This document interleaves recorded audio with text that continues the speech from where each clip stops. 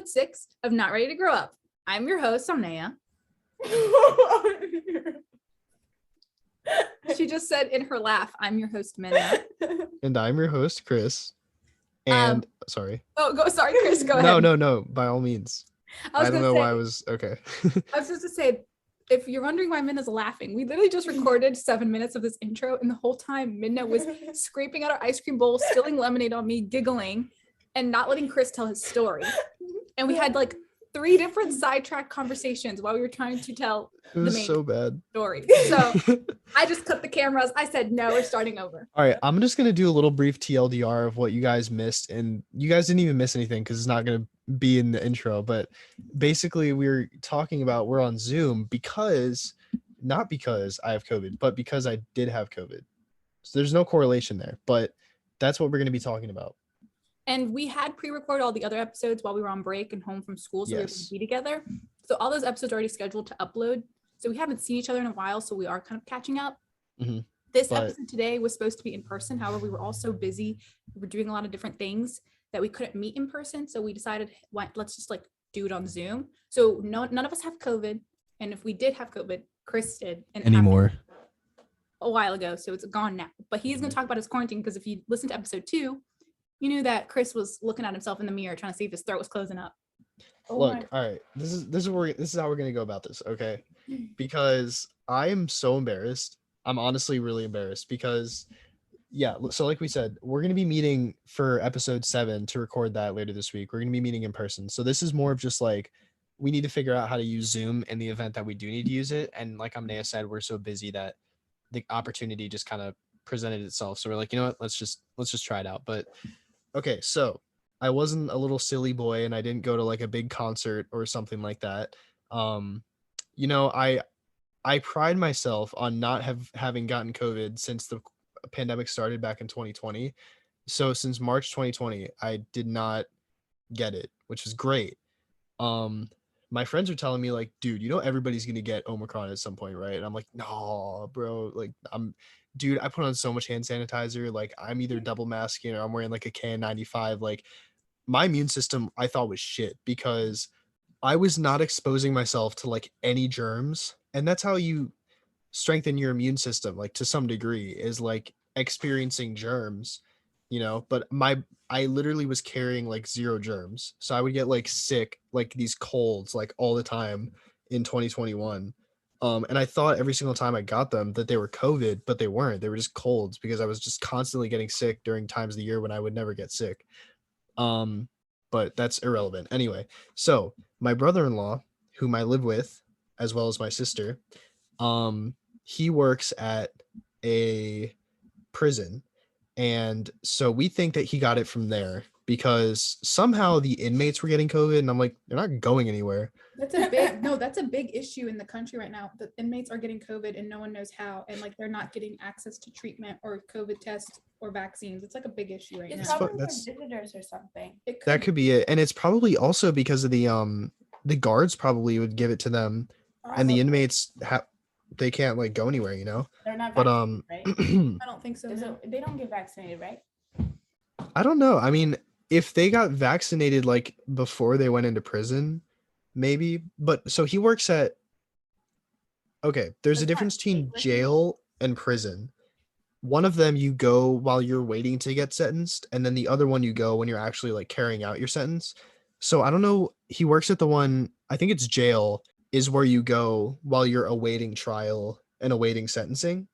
And so we think he got it from there because Monday he was working in a cell block that had a lot of positive a lot of positive prisoners. And on Wednesday, he started exhibiting symptoms. He came home from work and he was like, I'm really tired. I'm going to like go to sleep. So he went upstairs, and when he woke up, he was like fever, like all of the shit, right? Like he was in horrible shape. He had like 103-degree fever. He was just really, really going through it. 103? And so, 103? Yeah. I thought you said 130. I was like, no, he would no longer be with us. He had 103 fever. He couldn't keep food or water down or anything like that. And so he was quarantining in his bedroom, and my sister and I we kind of just like, stayed away from him, and we wore masks around each other and stuff like that. But I was actually door dashing when she called me, and she was like, "Hey Chris, Sonny just like came home from work and he just woke up and he has a really bad fever. Our neighbor has a rapid test kit and he took it and it came back positive." And so me being like, you got to understand, the last like year and a half have been like the worst years of my life, because I obviously lost my grandpa, and just like the amount of anxiety and OCD that is like consumed me is terrible. And it was honestly a bit of a cathartic experience, because finally unavoidable. And I know that like one of the biggest things for getting over like anxiety and stuff like that is like exposure therapy. If you have like a phobia, like I remember watching this documentary of people who had these like severe phobias of like elevators and heights and stuff like that, they would like force them to get on an elevator, force them to like go to a height. I was finally like, I was kind of driving, and when she told me that he tested positive, I was kind of just silent for a minute. I was like, damn, I definitely have it, because I live in the same house as him. I touch the same shit as him, like the fridge and everything. I see him during the daytime, because he works night shifts, so I see him during the day. So it's like, it You're was like, at it was this just point, I have it. Like, there's yeah, no saying what if. exactly. And I was like, I was scared, but I was relieved, because I've already been like on an upward trend in terms of like getting over my anxiety and stuff like that. But for the last year and a half, doing all those rituals and like being scared of getting COVID because of being scared of like death and stuff like that, being scared of how severe it could be, was just kind of what drove me to do all those rituals, where I would always be like checking my temperature and seeing like if my breathing was weird. Like I remember I got my hands on a pulse oximeter once. Don't ask me how. I use that shit like religiously. Like, okay, while Sonny had COVID, our neighbor who's a nurse brought over his pulse oximeter to give to Sonny, and then they had left it downstairs. So every like 15 minutes, I was going to it to make sure that my blood oxygen level was like above the healthy threshold, and it was consistently like 98, 99%, which is like perfectly healthy. You were just that paranoid. Oh yeah, for sure. And so they had to take it away. They had to hide it from me. Same with my thermometer. It was kind of weird because like, how thermometer. He had to have it hidden. yeah, I hit how like people will like hide drugs from their parents and stuff. I hide my thermometer. You hide medicine. Like my my sister came into my room and she's like, "What's this, Chris?" And she she holds up a thermometer. I'm like, I don't know. It's just like it's really embarrassing, but at the same time it's funny. But anyway, okay. You're the type to have a stethoscope to check your heart rate. Like Chris wearing it. Chris would be wearing it. Go like this. All right. But well, anyway, yeah. Take his fingers away from him now. He's gonna start checking his pulse again. Take away my fingers. What was I gonna say? Yeah. So it ended up that Rachel and I went to get tested at this place on Thursday. So my sister and I got tested on Thursday because we're like, okay, if he was exposed on like Monday, and with how contagious Omicron is, like we can wait 4 days and just get tested. So we figured it was already about time that we got tested. So we got tested on Thursday, and they came back Saturday and they were negative. And we were like, wow, okay, cool. And it was a PCR test, so we assumed that it was accurate. And then on Sunday, I started having like a really mild stuffy nose. Now, keep in mind, this weekend, it was 20 degrees outside, and I sleep with my ceiling fan and like a floor fan on because it gets so fucking hot in my room for no reason. So I sleep with two fans on. So I had these two fans running constantly. The weather outside is freezing and I'm always walking the dog. I was like, again, there's no reason to really look into that for me, because I'm like, I have such a mild stuffy nose. This is just like basic congestion. This is just from the weather or something like that. So on Sunday, after I got my negative test results, I went over to hang out with my girlfriend. We hung out. Monday, I woke up. My stuffy nose was like still there, still not anything that I was even remotely concerned about. I was still just considering myself lucky, but at the same time, I was a little like, I kind of wish that I had it just so I could stop being so anxious about it, because then I have antibodies, and obviously I'm still going to continue to wear my mask and stuff like that, but it's not something that I need to like worry about anymore, So on Tuesday, my sister wakes up and she's fucking dying. Like she is like worse than Sunny was. Well, she didn't have a fever, but she had a really bad cough, really bad sore throat, super fatigued, very nauseous. And I'm like, okay, this isn't good. So she got a rapid test and it came back negative. And we're like, well, that's a little sus. So she went and got a PCR test because she had gone to the doctor to get a flu and strep and COVID test. The flu and the COVID and the strep test came back negative. So they sent her out for a COVID test and she got it back the next day and it came back positive. So I got tested the day it came back positive. So I got tested on Wednesday. And on that Friday, I got my results back and they were positive. And so I was like, okay. By the time I got my results back, I didn't even have a stuffy nose anymore. So literally the height of my COVID was on Monday when I had like a mildly inconvenient stuffy nose, and that was it. I had zero symptoms. My girlfriend ended up getting it, and she had like, she didn't have a fever, but she had like a sore throat and a bit of a cough and a stuffy nose, and that was it. But lo and behold, my mom got it, my dad got it, my aunt got it, and my grandma got it. So it spread through my family like wildfire. Now, keep in mind, we were very anxious because, there's an infant in our house. We do think she got it. We didn't get her tested, but we think she got it because she had a fever for like a day and then it resolved itself. So we think that she did get it. But yeah, everybody in my family got it. And I was the one who had it the most mild. I had like... You're the only one that's boosted, right? Yeah, I'm the only one who got my booster. Rachel and Sunny hadn't gotten their booster yet. Not even my girlfriend had gotten her booster yet. Oh no, my mom got her booster shot. But aside from that, nobody in my family got their booster shots. And Rachel and Sunny got vaccinated all the way back in like April of 2021. And I got mine in March. So mine was even less effective than theirs was. Yeah. So I got my booster in like mid-December. So it was like right after it had like already reached its like... It had already reached the peak and now it's like at just peak effectiveness. So I'm attributing it to the booster, also just that I'm in good health, but like, I don't know. It probably is just a combination of luck, health, booster, and all that, because I legitimately have had like worse colds than that. Like, like I said, my sister and Sunny aren't boosted, so that's probably why they had it very severe. Well, not very severe. Obviously, they didn't get hospitalized, but they had it like a bad flu. My mom had a pretty bad cold-like symptoms. My dad was pretty bad. My aunt had like a really bad flu-type symptoms. My grandma had flu-type symptoms. But me and my girlfriend had it pretty mild, and me even more so. So it's kind of just putting it in perspective. Like, for an entire year and a half, I was so scared of getting COVID because I was so scared of being hospitalized. I was so scared of, dying or just something like that.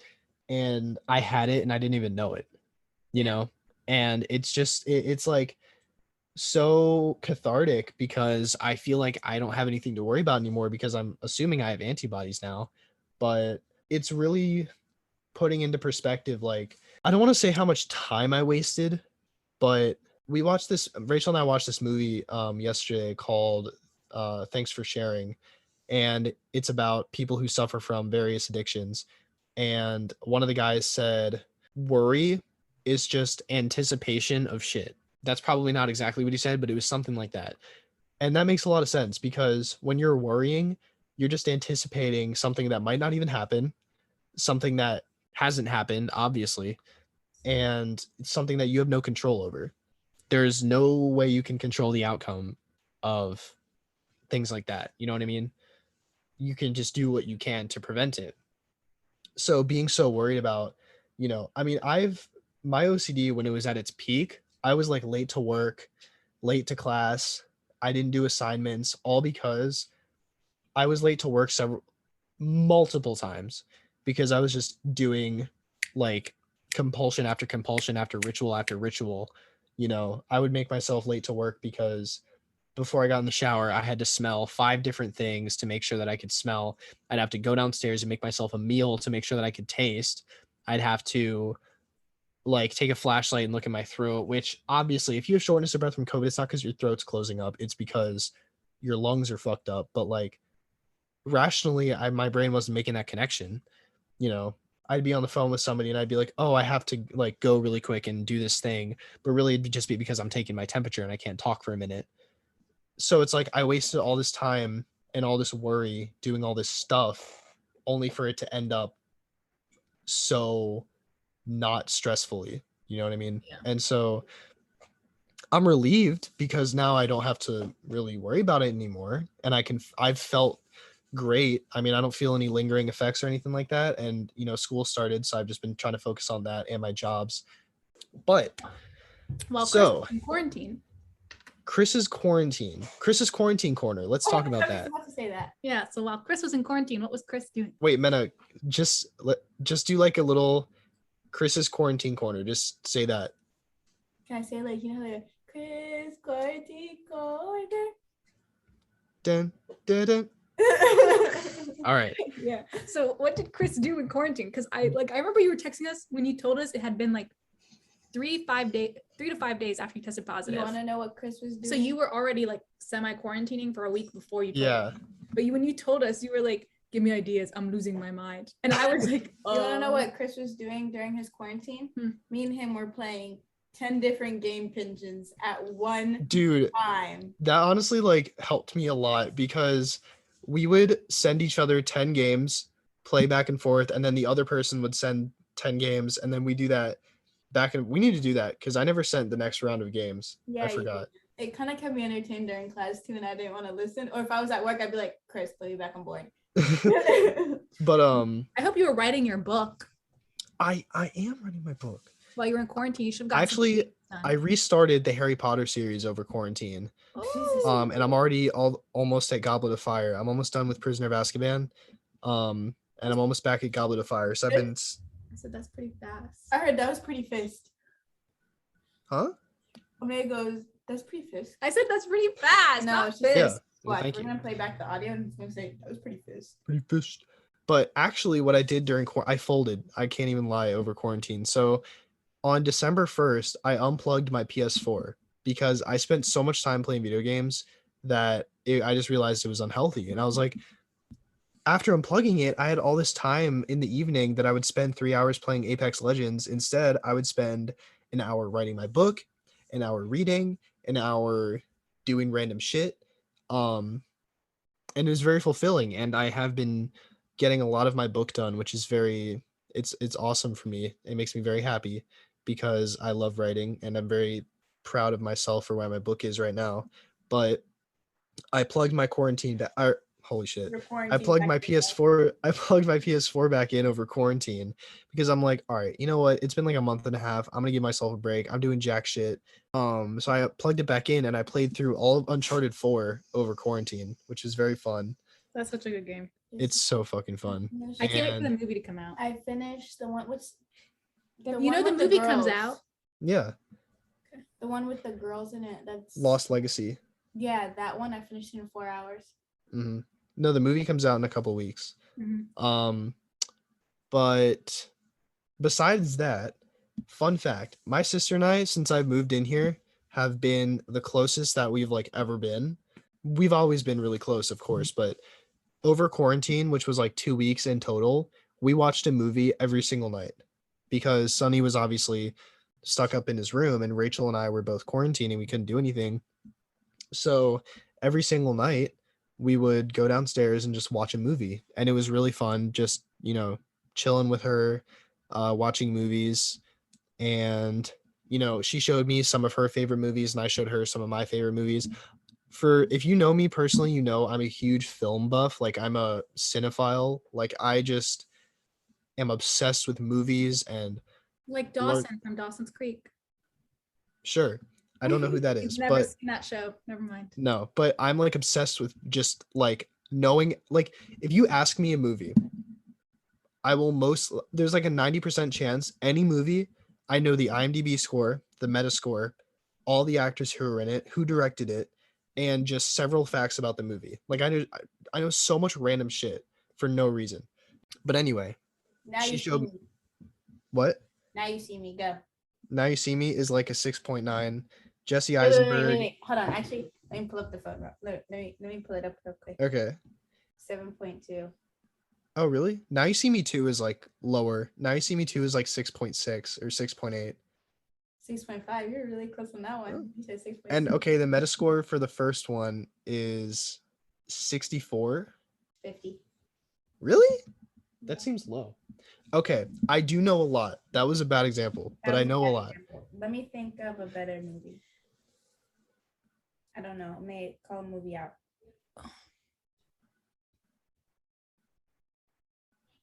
Avengers End Game. Oh, Avengers End Game 8.4 and the Metascore is 78. Obviously Chris Evans. On the dot. That was right. Yes, On sir. Dot. And Avengers Infinity War, while we're at it, has an 8.4 and the Metascore is 66. 68. 68? Oh, fuck. Anyway, that's close. Batman versus the Justice League movie. Oh, that's ass. The Metascore is like, or no, the IMDb score is like 6.6 and the Metascore is like 46. 45. 1% off. And what did you say? The 6.6.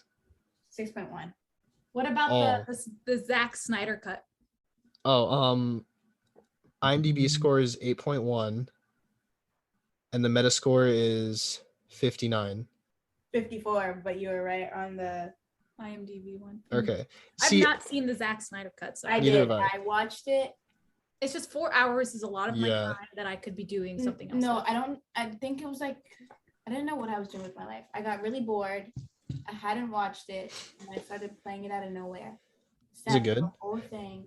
There were some random like cuts in it, but it was obviously because like it was kind of just like the raw thing. Yeah. But overall, it was a pretty solid movie. That's good. If I watch, I have to have people with me because I was will also lose like interest. It was like half my screen though. You know how like you watch a movie, it's your whole screen. Mhm. It was half my screen. Why? It was like boxed. Did you not watch it on HBO Max? I did. It's half my screen. That's Like, see weird. how it looks right here? Mhm. That's what it looked like on my screen.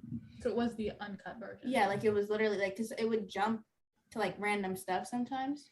So, But I liked the idea behind that one. I just don't want to watch a whole raw cut film. But See, I wouldn't mind it, but I don't want to watch like a 4-hour movie. Yeah. You know what I mean? I mean, it took me a while to watch it. I'm not gonna lie, Yeah. in like one sitting. I definitely would be like getting up, go do something, come back, watch. Yeah. Do something, come back, watch it. Overall, though, pretty solid. Obviously, you could tell where the edit, like they didn't obviously like. Yeah. Because you can tell where some things were a little iffy.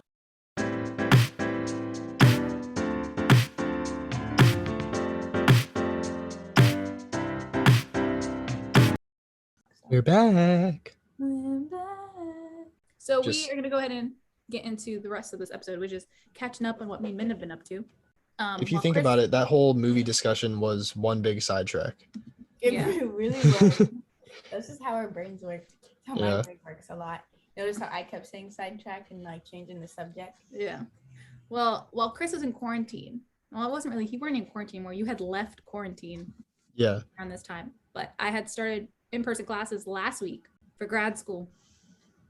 And that was so weird. It was so weird being in person. Obviously, we had masks on and we were social distancing in class. Mhm. But it was like the first time in a year and a half that I had been back in person in school. I was so used to Zoom. I preferred Zoom. But So I was you haven't had any kind of like hybrid class over the last year and Well, a I half? did have hybrid classes in undergrad, but I opted out of being in person. And I Gotcha. would just say I would just be in the Zoom. The only class I did go to in person was one of my business classes because that professor, I really liked him. Mhm. And for my minor, one of my professors for my minor, I really liked her. So I would be on in person one day a week in undergrad for those two classes, and that was it. Gotcha. But then the spring semester, I barely showed up in person. Yeah. I showed up, I think, to one class in person. But it was like an evening class, and the only reason I did was because nobody was around. Like it was like me and 4 other people showed up in person, and I liked that Yeah. rather than being in a big classroom. But then after that, like first semester of grad school this past fall, everything was online for me. I never went to school, Right. so being there was a little interesting. I got to meet people from my class, and I knew grad school was different from undergrad. But there's one thing about the difference of it that really like gets to me a lot, is like in undergrad, when we all like talked or hung out, wherever, we were all like in the same boat. We were all going through college similarly. We had no experience or no idea what's going on with our lives, and we're trying to like figure out who we are. And then obviously when I graduated, I went straight into grad school. I didn't take time off, or like I do work, but I work part-time because I'm in school majority of the time. So being in grad school, I had an idea that there will be people older than me. I understand a lot of these people do have full-time jobs, and I was aware that maybe some of these people will have families. So I didn't think of it as anything. But then a lot of the classes I'm in now, a lot of the people, there's a small group of them who are older people with families and like a whole life. But some people are around my age, between 22 to 25. So you're like, oh, cool, you have someone in your age group? No, we're completely different. Right. We're all either already married or already having kids. And to me, like, I know that's normal to some people, like that's the life they chose, or that's the path they ended up taking, getting married young, having kids young. But to me, I feel young as a 22-year-old to be getting married or having kids. Like, I think I'm way too young for that. And I do think, sorry, yeah. No, I was saying I know people who graduated with me in May who already married. Yeah. I do think it's like all the power to you to do something like that. But like for me, it's I feel like you want to just make sure and give yourself enough time to complete things in your life that otherwise might be more difficult if a spouse or a child is in the picture. You know what I mean? Yeah. There's absolutely nothing wrong with marrying your high school sweetheart, or even like marrying someone you meet in college. But like once you add that variable into your life, you lose time for yourself to do things that might take up a lot of that time. And at least for me, I still like, I know what I want to do career wise, and I know how I want things to be for me in that sense. But personal things like who I am as an individual, that changes all the time. And I'm still trying to figure out a routine for myself and what I want to do with myself when I'm outside of my career. Like, I want to have my own interests, my own hobbies. Like, I want to do things for myself outside of having this career I want. So if I get married or have kids right now, I feel like I won't have time to learn that about myself. And I want to put myself in that position. I also feel like what this goes in the whole not ready to grow up kind of concept that we have created. I feel like I'm still a kid. Not that I'm like, because I live at home or anything, not like that. I mean, I do a lot of independent things. I just live at my parents' house rent free. That's pretty much it. Right. But the sense is, I still want to go out and experience things. I still want to travel and see new things, meet new people. I want to do things, a lot of things that people would do when they were in undergrad that I want to do it now because I have the finances for it. Yeah. Because I have a job. I didn't really have much of finances when I was an undergrad. So I don't know how people were traveling to like Cancun or Florida for spring break. Like, I don't know how people did that. Rich parents. Huh?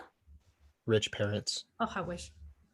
So like, I'm just now like getting the ability to start traveling, especially with COVID too. I lost a bit of my college experience. Yeah. Because of COVID. So now I'm getting the time to like experience it. Like when COVID died down a little bit, and all like most of summer and like early fall, because where we live in Maryland, we were really good about it. So our numbers dropped significantly. So we were able to do this stuff. But yeah.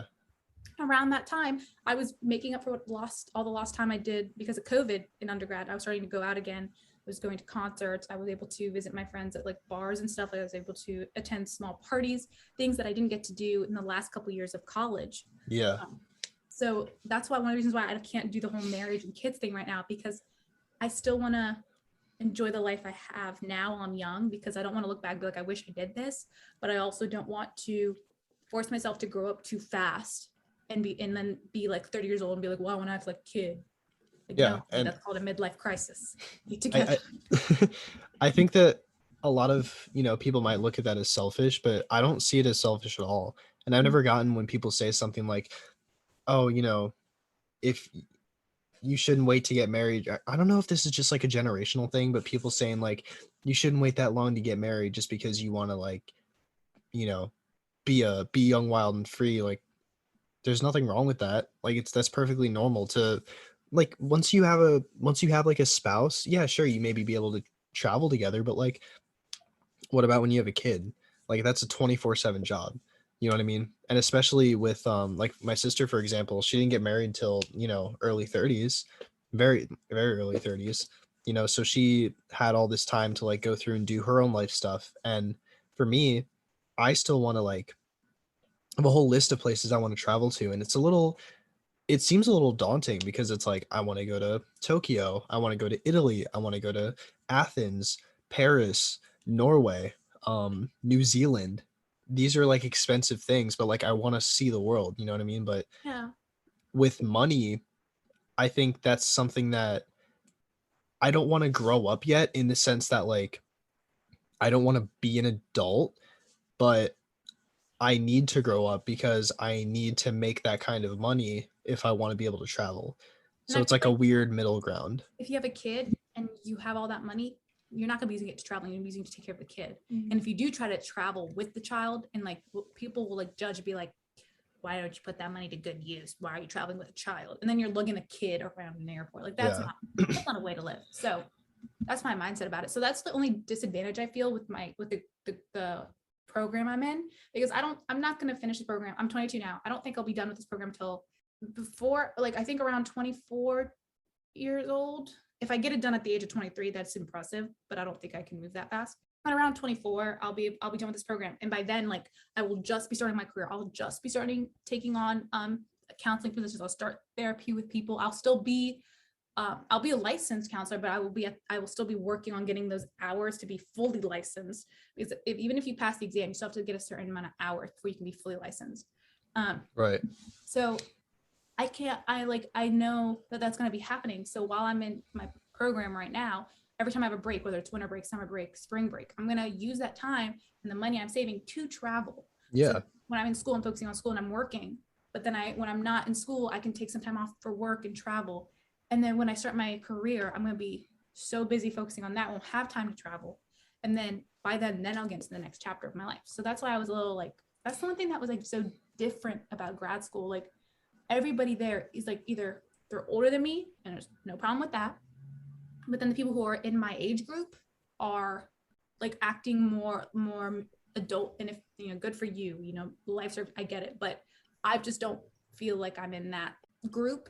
I remember last semester we had a class and there was like these 5 main principles of life that each individual has. We were talking about a theory, and everyone had to list it in order, and everyone put all these major ones as their priorities. And one of the principles of like life that this theory had created was fun was one of them.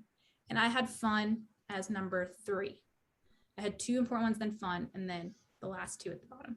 And everyone thought it was weird that I picked that because they all put fun last. And I was like, my life circumstance is different than everyone else. Like, you are all either around my age or older being adults, and you're forcing yourself to be an adult because of the circumstances you're in. And again, nothing wrong with that.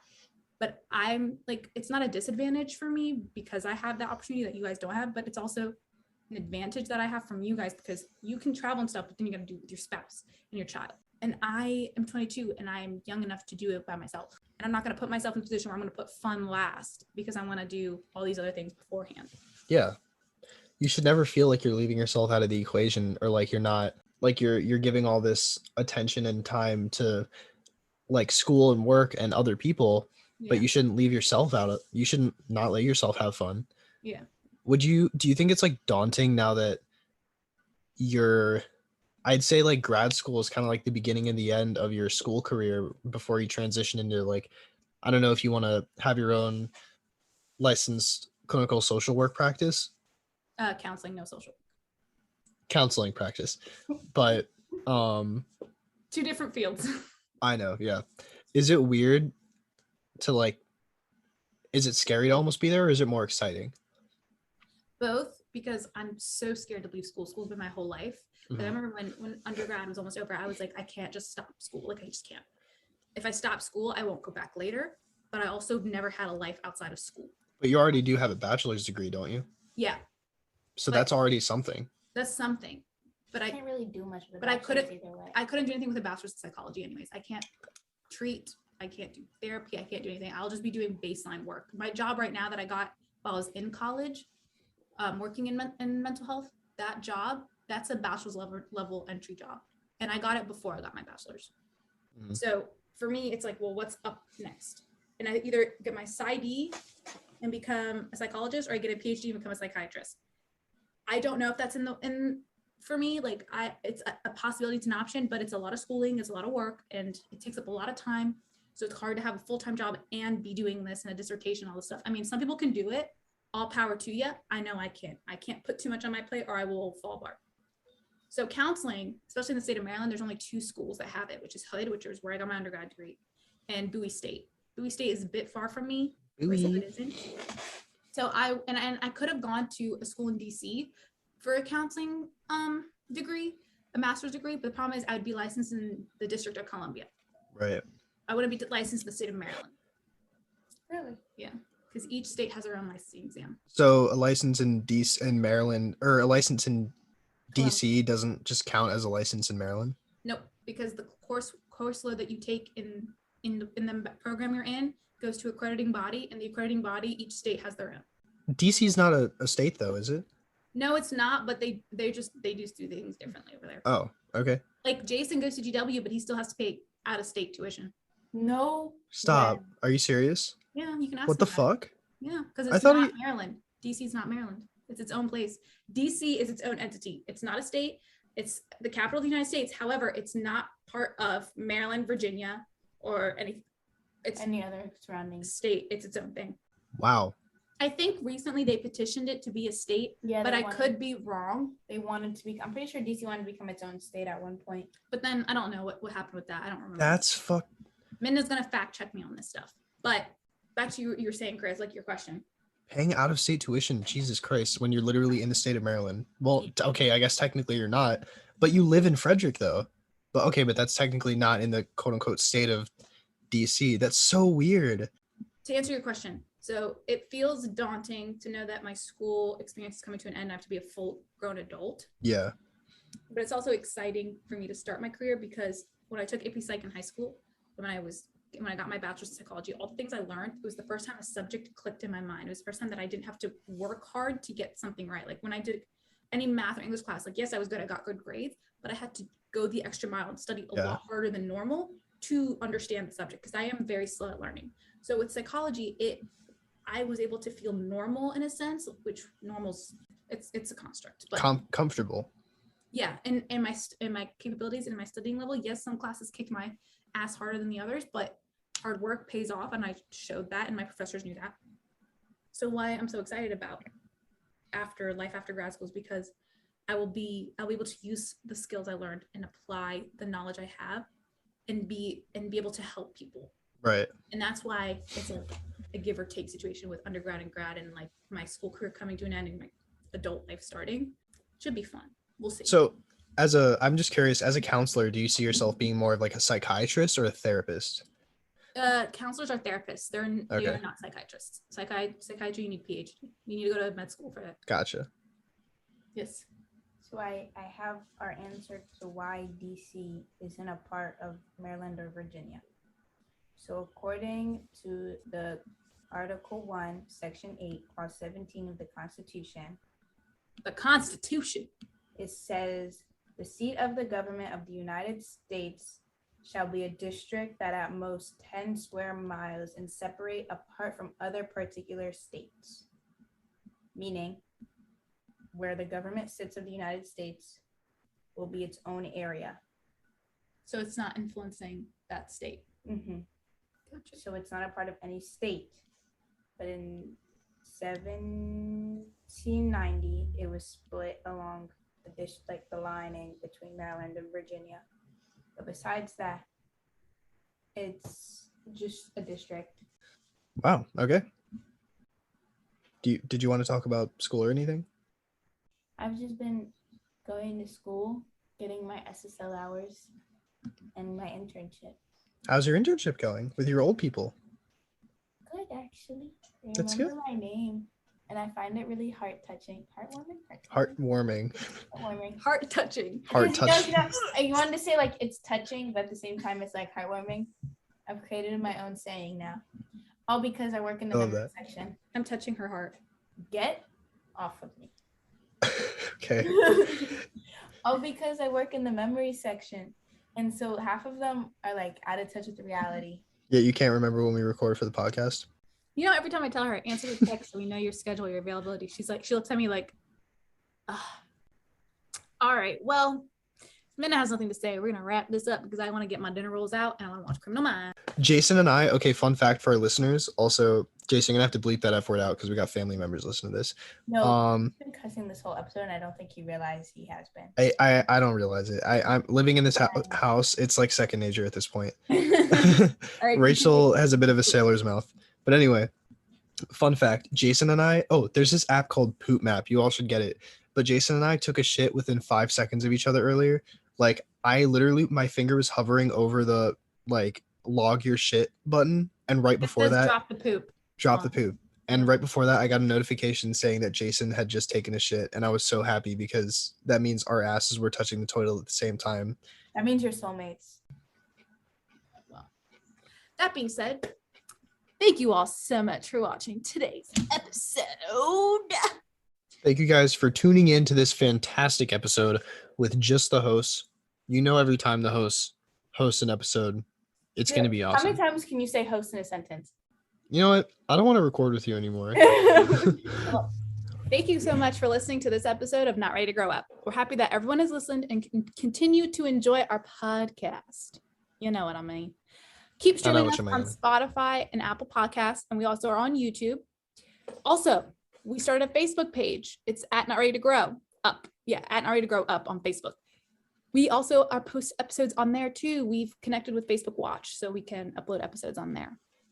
Be sure to turn on our notifications to be the first people to know when we release an episode, and follow us on Instagram at Not Ready to Grow or Twitter at NRTGU Podcast to be the first to find out about new stuff and to give us feedback. Send us funny memes. We love memes. We're also on TikTok at NRTGU NRTGU Pod. And I think that's everything. Did I cover about it all? All right. Well, this is our last chance to say goodbye. Anyone have anything to say? Thank you guys for your continuous support. We love you. My dog keeps sneezing on my foot. What'd you say, Menna? I just downloaded Poop Map. Thank you. Appreciate it. All right.